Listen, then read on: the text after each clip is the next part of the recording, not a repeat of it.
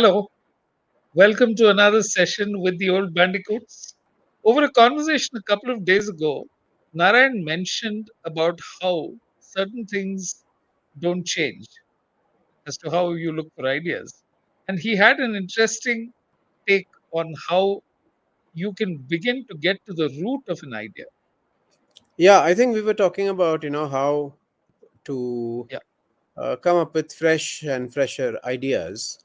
These international award shows always had their best of their work compiled and put onto a CD or a DVD or something like that. And I think most agency people got a copy of that. And, as a group, they would sit down together in an afternoon or evening and watch this together and, clap and laugh and all that. And, go back. And it used to be my advice to the promising copywriters and art directors who were interested in the TV medium that, if you just clapped and laughed and enjoyed yourself and walked away from that room, I mean, that's fine. That's great. This is no different from the kind of reactions that if instead of you, your brother or your mother or your aunt or your uncle or somebody was there instead of you in that room, they would have also got the same reactions. They would have also clapped or laughed or cried or touched, exactly as that originator of these brilliant ads wanted them to. So, therefore, if you just did the same thing and walked away from that room, you're no different from anybody else in the world. right, Because the fact that you're able to appreciate great work does not make you great. It was meant to reach out to normal people in any case. So, and therefore right. you're not in any way particularly gifted just because you happen to watch and appreciate some high quality work doesn't do anything, really speaking. In fact, I used to tell the creative people then that as people in advertising, your work begins now. The moment you see these things, the other people, the people who are just consumers, the people in other departments, and all that sort of thing, for them it's over. They laugh, clap, leave the room. For you, the work begins now, because you have to wonder, actually, because something really strange happened in that room, in your conference room a few minutes ago. Some stranger or strangers from some other foreign land entered that room, came to you across on TV, and tickled you with a TV commercial. And these strangers elicited a laugh from you, or a tear from you, or got some kind of an emotion from you. And as a creative person, you ought to be very worried. You ought to be very concerned. How did those people come into this room and make me react the way that they wanted me to? And I did it of my own free will. I laughed out of my own. I really found it funny, and therefore I laughed. But the fact is, they wanted you to in those Yeah, exact places. So, therefore, really speaking, this kind of a thing is something that has to bother you as a creative person. And therefore, when everybody else has left the room, your work begins now, because you need to go and watch those commercials and watch them again and again and again, 17 times, 88 times, whatever, but you need to watch it many times. Obviously, when you watch the same thing, especially 30-second commercials and 1 minute commercials, which is not much of time in anybody's lives, when you want to watch these kind of things over and over again, obviously you're not going to be laughing the second time, the third time, the 17th time. You're not going to be crying, you're not going to be getting. But you knew you're going to be watching it the 11th time, knowing that you had already reacted. So you knew that it was a successful commercial. What happens when you watch something for the eighth time and the 10th time and all that over a period of time in an almost obsessive manner is that suddenly you're going beneath the surface, where the other people have just stayed on the surface, appreciated, Right, and walked on. As a fellow creator or an ambitious creator, it's not about lifting stuff, it's about going underneath the seeming surface of things, and right. then going below, scratching below. I mean, scratch, not just scratching the surface, but going underneath and finding out for yourself what's going on. How did he get that? What did he do before? What is the setup? What was that stuff that it is not suddenly something was funny. You were already set up for it. You were primed for it a few seconds ago. Maybe 15 seconds ago, something was happening which made you to expect a certain thing to happen. But 15 seconds later, something has happened. Now, these kind of things, which are hard to put in words, but you can understand it very, very simply and directly when you watch it again and again. Something in you, which is beyond words, just gets it, and you understand the pulse. Now, when you do it, and it's also effort. Like, you don't stay at the same level that you were when you watched it once or twice. When you watch it 10 times or 12 times, and then you suddenly get a deeper understanding of these things that people who saw it once or twice will never get. And Yes. therefore, when your turn comes to create, you're all the more richer because you've seen enough of these commercials enough number of times, so that they have been seeping into you. So it's not just the overall idea or the cleverness or something. It's not about execution details and stuff like that. It is all that, plus it's more. That somebody had the craft and the art to be able to string together a certain way of telling a story that elicited certain responses. You learn that art, and it's difficult to learn it from a textbook. You can learn it from a mentor, you can learn it from people who are good at it. But the next best thing is to learn it from the masters of the art from anywhere in the world. I mean, it could be a commercial from Thailand, it could be something from Netherlands, it could be something from the US. It doesn't really matter. But the good guys, the really brilliant guys, are the brilliant guys. So I And think, yeah, if I sorry. understand this right, you're talking more about a process, in the sense Yes. that you're saying that when you see something that touches you or holds your interest, chances are that a lot of people feel the same way. Because as human beings, we go into a theater and everyone laughs at the same time. You find, hankies coming out in certain scenes in films. And if I can recall, I think when I spoke to a stand up guy recently, the thing that he said is that they never try out new stuff on audiences at their regular shows. They still go into open mic sessions where they have a very small audience and they see if that thing works. And they say sometimes they can take 6 months or 3 months or 3 weeks to get the final. So there's something where the joke seems to go haywire at a certain point. So it's not as if it works just because you try it in front of an audience and then you figure out whether the audience is reacting. And it's not just one. You probably have to do it over several sessions to figure out what is actually happening. So can we see what exactly is happening below the surface here? Because you've I know it'll be very hard to put into words because what exactly you're getting out of it. I think you mentioned this when you started off by saying you don't laugh a second time when you watch it the third time, the fourth time.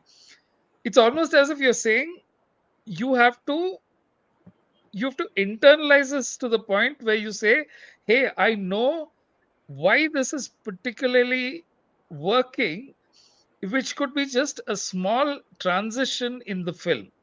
It could be the mannerism that a character uses. It could be a line of dialogue which connects one scene to the next. And at that crossover point, you seem to get something which at some later point you have internalized and which will come to you at a point when you're creating it. Is that roughly what you're looking at Yeah, it is a articulating? process that seems to happen, to all kinds of communication or performance arts and stuff like that, where it is not in contrast with certain logical procedures like what I assume engineering to be or something like that. Right. These are all craftsman related, storytelling related, communication related, emotion based skills or crafts. And so it's about learning what buttons to press, and figuring out why certain kind of things work and certain don't. And I remember there was this very celebrated creative director from the agency that I worked for, TBWA. But this guy was from Thailand, and he had won all the awards in the world. He was quite a brilliant guy, and he had also worked very closely with a director in Thailand who was known for his outrageously funny but on the dot kind of films. Thailand has always been an exponent of a film that nobody Yes. else knows how to imitate in any case. So he had Right. once done an interview with that director, because they used to also work very closely together. Of course, it was all in Thai but with subtitles. And he was sharing with us in one of those creative director meetings, and I think later on it was also published somewhere, if I'm not mistaken. And in that interview, this guy, the creative director, was asking that movie director that, how do you end up How did you end up doing, taking very simple scripts and making it into pretty outrageous and really funny stuff? To which that guy very candidly said in one of his early things that when I started, you know, I thought I was very funny. And when I tried to do funny scripts, no one laughed. So suddenly I realized that trying to make these, I mean, this was one of the most creative guys that we have known, and some of the outrageously funny stuff, absurdly funny stuff that this guy has created, and even then in his bits and pieces of work for quite different brands and completely different categories. And he was saying, I started off all confident and gung ho and all that kind of stuff. And when I made stuff that I thought was really funny, he said, nobody laughed, nobody found it funny. So it suddenly occurred to him that being funny is not easy at a You're right. very mass level, or, at a very acceptably big level and all that. Uh, and then, I mean, that was a starting point. Then, of course, he goes into his stories and all that. But the Yeah. point is, therefore, there is a craft, and obviously he must have, and he continued to be the funny guy that he always was, but he figured out something along the way of how to get that part of him across in the films that he were making. So he didn't Hmm. learn how to be funny, that he was already, but he figured Hmm. out how to convey that aspect of him, of Hmm. funniness or whatever, of that Right. little joke, or of that offbeatness, and of that, strange quirks and all those kind of things, how to get it across in a way that other people got it too. Certainly it was a process. To answer your question, it is a process, and therefore that is How from did the producer side of things. Similarly, right? from the copywriter kind of, on the copywriter director side of things, who are consuming this kind of work too, you need to put in your work, you need to put in your dues, and to be able to earn the right to yourself to be able to say, hey, I know how this works. Yeah, like I said, I know how this works is a simplification, but you need to feel it. You Yes. need to. It's a craft. It's an art. Therefore, it is It's an something. internalization. Right. Yeah, it's an internal. And then when you watch different commercials, and they all don't work to the same formula. If that was true, then all we needed to do was find Yeah. it at what the formula Tweak is, the and formula. all of us would Exactly. be doing it all the time. So it's Right. not that. Right. But Right. if you develop that skill, then some of us with our own temperaments and this and that and personality can bring add to that, and therefore you Right. develop a certain feel for certain subjects, and it doesn't guarantee anything, but it probably raises your chances of success pretty much. Without that hard work, you are just shooting into the dark. I mean, really, there is no reason why you should be coming out with anything different or anything stunning or anything that the world Yeah. calls different. When you talked of Thai commercials, like you said, Thai commercials kind of broke out about a decade ago or a little longer when they suddenly came in. Now, Thai culture is not something that all of us are familiar with. And there is a certain element of being deadpan. It's not as if some of it is over the top, some of it is deadpan. Like you said, there isn't a real formula. But what is it about that internalization which cuts across all kinds of cultures and groups? Because you get the humor. It's even though the situation is alien, the language is alien, the subtitles are doing all the work of you understanding what that commercial is about. And yet at that crucial point when you're supposed to laugh, or when the director wants you to laugh, you laugh, or he manages to convey that, and you wouldn't know that language at all. So what do you think is happening there? See, it's very difficult. And like I'm saying, if we knew that in a very packed kind of manner, we'd be Yeah. doing it. Nobody Yeah. knows in the world how Yeah. these guys managed to do it year after year after year for the last 2 decades or more. Yeah. Almost like Yeah. 2000, and think they burst onto the scene to my thing. And I met Right. some of these guys in some of these international things and all that. And many of them were not very comfortable in English at all. So that was Right. also a bit of a barrier to thing, but Talking their to them. work Yeah. spoke for themselves. And after that, there were enough people in copy, and obviously, in all this there is also the client who's saying, Yeah. Yeah. yeah, okay, this is good. Now it's been 20 years and they've tasted test success. So if you're a client today in Thailand, I presume it'll be easy to see for them in their culture, no, is it funny enough, and is it as good as that commercial and all that. They have a bank to compare it to. But hats Yeah. off to those clients who are really entering this new territory, maybe 20 years ago, when it was all new to even them, and whoever those pioneers were. And there were two or three of these directors even then, who sort of broke into a new pioneering path and were exploring stuff, and somehow they had those clients to be able to support them, and somebody saw sense in it in some way. It is a very different kind of humor, because it's very highly exaggerated. It's very specific to Yes. that region, and yet it Yes. is universal. Yes. You don't need to be understand anything about Thai culture. You just need to be a human being to be able to just say. So it is like, if anything is there, it is a brand of exaggeration carried out with deep sincerity, as though it were real. Yes. And when it's done well, about 80% of the time it is done exceedingly well. It is Yeah. somehow relevant to that product. It is never done with just for the effect of it, or let's do a joke. It is never that. It is Yeah. that, but it delivers that thing. Like, for what was that, for the Toyota Hmm. wagon or something like that, there is this huge monkeys or something like that, I remember.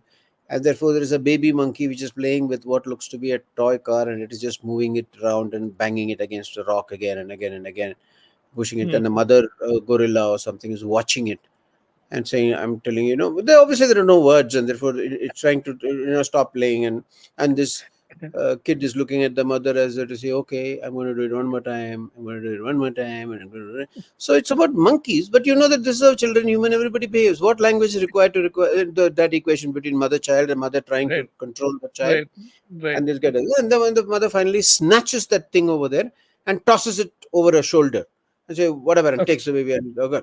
So it's like saying, enough is enough, I'm not standing this shit anymore, kind of stuff. The next thing you Okay. see is that tossed truck lands up on some mountainside road, and then somebody climbs it and the jeep goes. That's actually a human sized normal Toyota truck of some kind, and it goes. So basically, it's a very nice way of saying that the damn Yeah. thing is, sturdy truck, Yeah. Yeah. one of those Yeah. pickup trucks or whatever. So Right. it entertains you, but the point is completely relevant to the product that it was made. I'm probably making a hash of it, trying to explain a very visual and funny film by trying to explain it in No, words. I But think you brought it out uh, very clearly. You brought it. but What I'm to asking watch you is, it, sorry, please complete what you were saying. no. Therefore, to watch it like Huh. that, what words were required? Was there anything there at all? Was there commentary? Did anybody say anything? I'm not even sure if there was any commentary needed or dialogue needed at all. But some minds can think of this kind of stuff. Now, if somebody gives you a brief on trucks, the problem is, what kind of a mind says, let me see what I can do with gorillas. That is the jump. Why did somebody go Yeah. there? There is nothing in Yeah. the brief that should be taking you there. Yeah. The Yeah. brief is telling you that it's got this gearbox, it's got this suspension, it's got that, it's hardy, it's got this kind of fuel consumption. All those things are what the brief. You can keep on looking at it for days. These are the things the brief will be telling you. There is no gorilla in Yes. the brief. But something Yes. happened, and in the certain kind of mind looks at it and says, you know what? It's about what? About Yeah. steadiness, reliability, and we never Yeah. know. See, that is the part we miss when somebody goes and does it and presents to us. We are saying, yeah, it's reliability, quite funny, nice, I Yeah. like it. What we are failing to understand is that the jump was made there, that Yes. it's in natural, because once you accept the monkeys, everything else falls in place. Everything else falls But into why place. did you stop now? If some client or some client servicing person, I'm not sure if we should be doing monkeys in a commercial. Are we saying our customers are monkeys? Now, if you start taking all these things literally, the humor goes out of the window, Yeah. because and now if you say things like that, and if the somebody a middle level person in the client side or the agency side says a thing like this, the senior level client is immediately thinking, oh my god, we can't be Yeah. calling our customers as monk. So therefore, a lot of ideas can get killed right at that stage.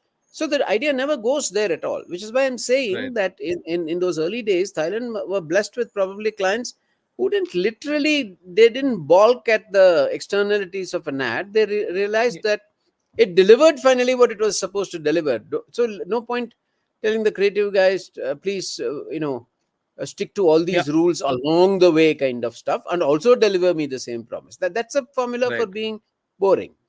So I think these guys took entertainment to another level by saying that never mind where we start with, what we do, but the end, am I delivering what I wanted to deliver, what you wanted me to deliver? Just Yeah. decide on that. And the client said, yes, I Yeah. agree. Whereas I think in most other And countries, people would, it doesn't. clients, including India, I think most clients were very, no, Which that is which fine, but they also want to say in the yeah. way. Yeah. Which also explains why that advertising worked very well in Thailand, but never went on to become the global, what do you say, advertising for that particular brand. It's almost as if they say that yes, and it wins awards, people respond to it universally. But somehow clients in other geographies don't seem to take that risk because they say that culturally it may not be a fit. Yeah, because Okay. somebody is scared. That's all. Okay, so Narayan, I think we've answered, we've gone deep into that particular aspect of. So, if I was to sum it up, it is go back again and again into anything that has moved you, either in terms of humor or emotion or surprised you. And the way to go deep is to just internalize it to the point where that you can replay that commercial or whatever it is, or that ad in your head several times over, and then something happens. You don't know Yeah, I what would it even is. say, yeah, Ah, that's right. I think that's the summing up part of it, which is true. right, In fact, I would even extend it to other things. For example, these days, there is a lot of talk on even the reading habits of people. People right, want you to read a book a week, or what is it, or 3 books a right. week, or 750 books a year, or whatever it is. People are always saying it's about widening, read more, expand your Yeah, mind, kind of yeah. stuff. I've always found that as pretty weird advice. I would say read less books, but read the same books many times if Okay. you like them. I mean, it's not a punishment. You don't need to read every book, 35 times if you didn't even like it the first time. That's not the point. But if you liked it, for you it could be, say, Catch 22. For somebody else, it could be Pride and Prejudice. For somebody else, it could be a thriller by Robert Ludlum. For somebody, whatever it might, it really doesn't matter. If, like I said, if that piece of paper and some words on it got a reaction from you, as proof you already reacted. So that you felt a certain way. You felt shock. You felt agony. You felt fear. You felt tragedy. You laughed. You cried, whatever. Yeah, So you know that for a fact. Now, when you read that same book, give it a gap and then go back to it again and read it again. Now, you're not looking for the same emotions in you because when you read the same thing again, there's no surprise left. Therefore, you're not going to right, cry again or laugh again, or at least not right. that much. So, therefore, when you read it again and again, you're not reading it because you want to feel the same thing. You're reading it again and again because you want to get underneath the surface and say, Yes, how did yes. this guy get me to feel that? So, therefore, Yeah, that something opens up inside us, I think, as creative people and as people, who want to practice an art of some kind, craft of some kind. You get under the skin only by looking at the work of the master that is in front of you. So therefore the effort yes. that you're putting in is just reading, but don't read once. Don't watch something once. Watch a film many times. Read a book many times. And then something happens. So when your turn comes to create your words, your pictures, your movies, your ads, your something seeps through, and that will never be a straightforward, on the pressure of Yes. the moment, I flick this ad from there and change some superficial details, It and won't work the same way. it Exactly. won't work, and that doesn't make you great. That you Yeah, know it. I mean, yeah, yeah. that And you that know it never for is sure. thing. But when you understand what works, the clockwork behind the watch kind of stuff, but behind an exquisitely crafted watch for that matter, then you have understood something that few Yeah. people visit those places. And therefore, when you go there and come back again, you're in a better position to create with your challenges, your products, your clients, your stuff.